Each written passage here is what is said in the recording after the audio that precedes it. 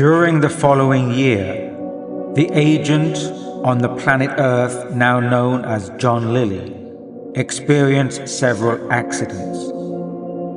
One of these was a serious fall from his bicycle.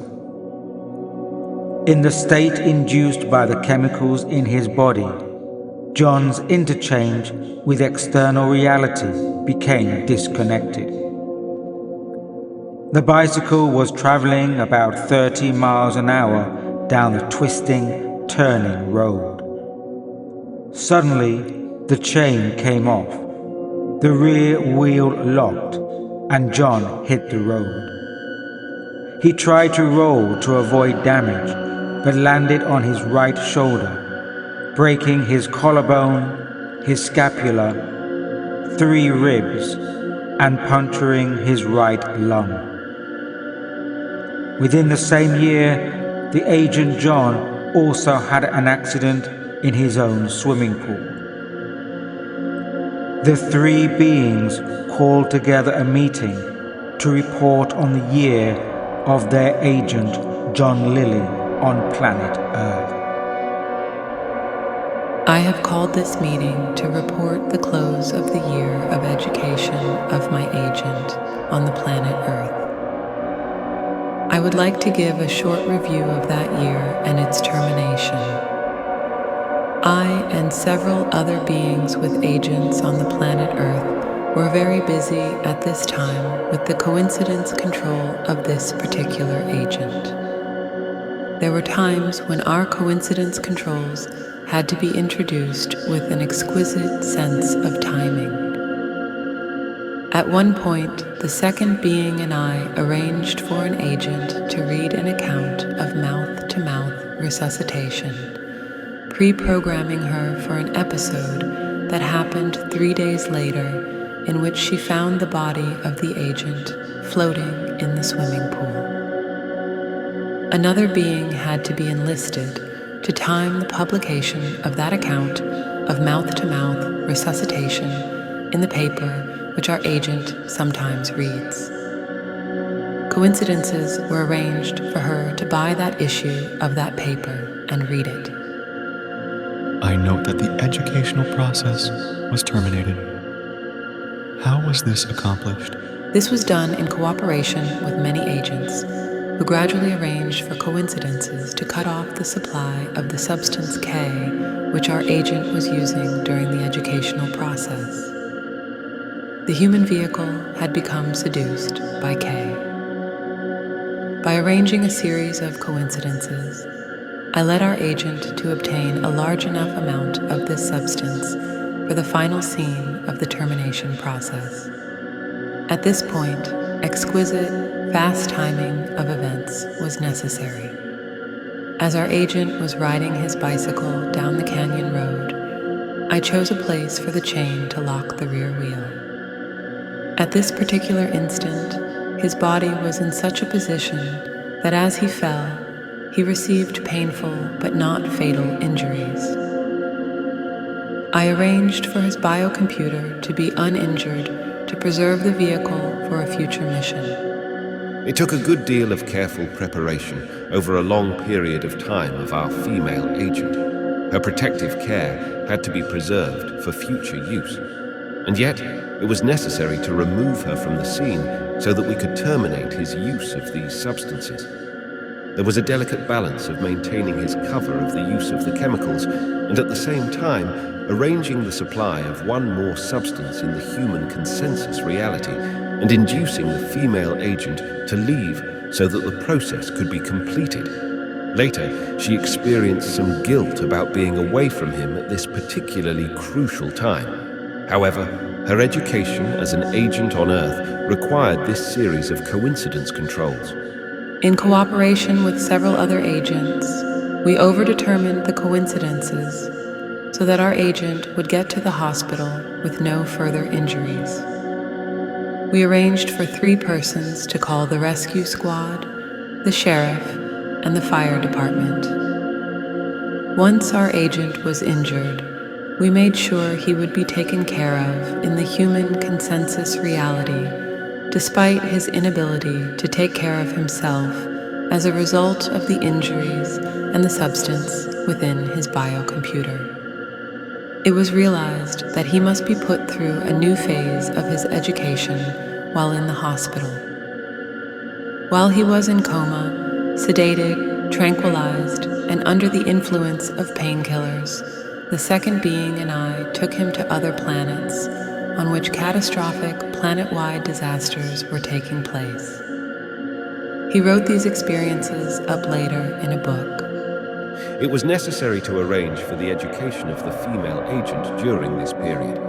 During that year, the female agent learned that she can depend on her deep self. She learned that she has deep reservoirs of loyalty, of trust, of strength which she can exert on behalf of her own human vehicle, on behalf of her male partner, and on behalf of her extended family. She learned all this despite the fact that it was a very stress-filled period for her vehicle. By this process, the coincidences were arranged to put our agent through a 12-week period of intense physical pain. As a result of the accident, he refused the use of any further chemical substances, including those prescribed by his doctor. We arranged for him to be 24 hours a day in his home with his partner. He was given time to integrate the previous year, to integrate the essentially delicate and mortal nature of his physical body and its recuperative powers. This training freed him of the necessity for using any further chemical agents. He had found that his biocomputer tended to become simplified in its programming under the influence of K. He made many discoveries about the relation of the self to the body, to the external world, and to the human consensus reality. The reverberations of this educational year of our agent are still resounding in the human consensus reality. Only at the present time have I felt that he can share his education with other humans who need the knowledge he has acquired. Other human agents now need to know his story. At this meeting, I would like it to be decided whether the story is to be released, as he is currently writing it. Let us decide that question later. I have been told by higher levels that during that year, he was allowed to penetrate above our level. What do you have to say about this? Yes, several times I accompanied him into what he calls the extraterrestrial reality, and he saw and communicated with his simulation of the second being and myself. During that time, we communicated directly with him. When we felt that he was sufficiently educated about us and our abilities to take care of him in the other domains, we arranged for him to penetrate to the higher levels with us. He and we became dissolved in the way familiar to us into what he later called the network of creation. He and we lost our identities and fused with those whom he calls we. After a sufficient immersion in the network, we returned him to his body on the planet Earth. As I remember, several years ago, you transported him to this domain several times. Yes, we did.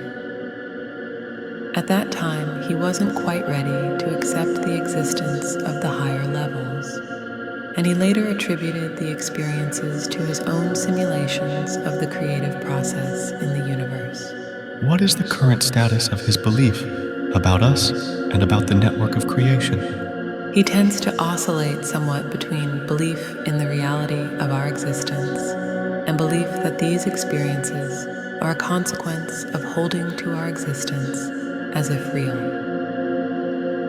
There is still somewhat of a tendency to flip from belief in us as real to belief that this is a simulation. I wish to defer to a later meeting the question of whether he is to be allowed to publish the current account of his education and to break cover on what he has found out. The long-term coincidence control pattern may include such publication.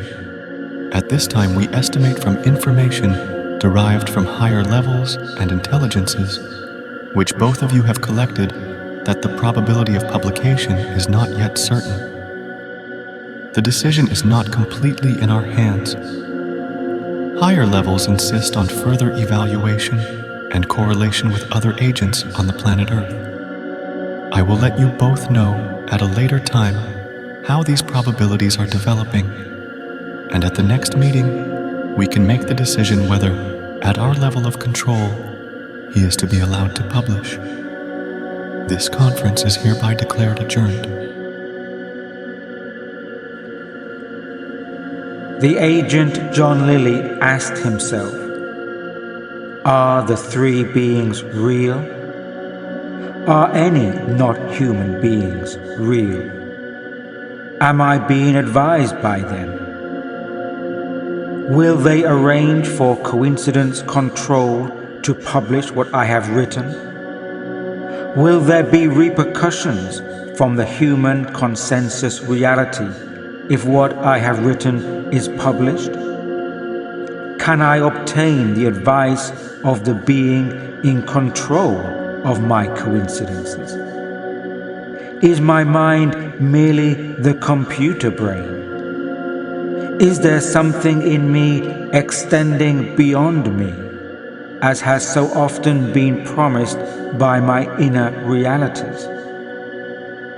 When this human vehicle dies, will there be something of me and beyond me which continues? John asked himself, is all of me, my consciousness, my awareness, my thinking, my love, my relations with others, are these temporary or everlasting? What is temporary? What is everlasting? Everlasting. Everlasting. Everlasting.